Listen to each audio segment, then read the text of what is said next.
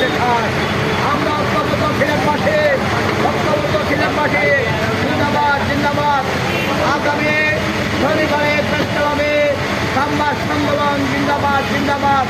সিলেট বা ঐক্যবদ্ধ ছিলেন পাশে, জিন্দাবাদ জিন্দাবাদ।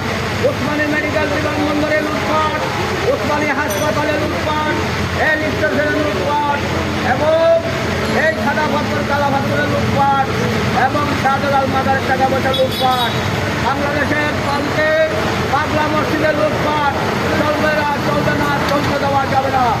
সিলেটে আজকে 5টি সংগঠন ঐক্যবদ্ধ হয়ে আমরা ঐক্যবদ্ধ সিলেট কমিটি করেছি। আমরা প্রথম থেকে আন্দোলন করে যাচ্ছে, এই লুটপাট চলবে না, চলতে দেওয়া যাবে না।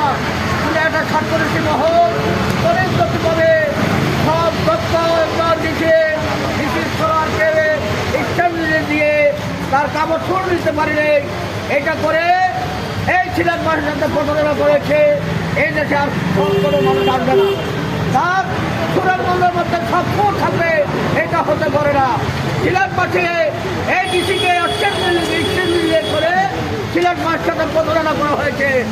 আমরা এই ডিসি সরকারকে বিভাগীয় কমিশনার হিসাবে সিলেটে দেখতে চাই।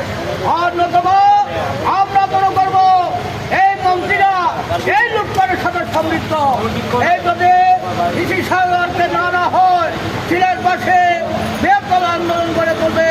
মোহাম্মদ শ্রমিক কর্মচারী সংগ্রাম পরিষদ কেন্দ্রীয় কমিটি। আসসালামু আলাইকুম।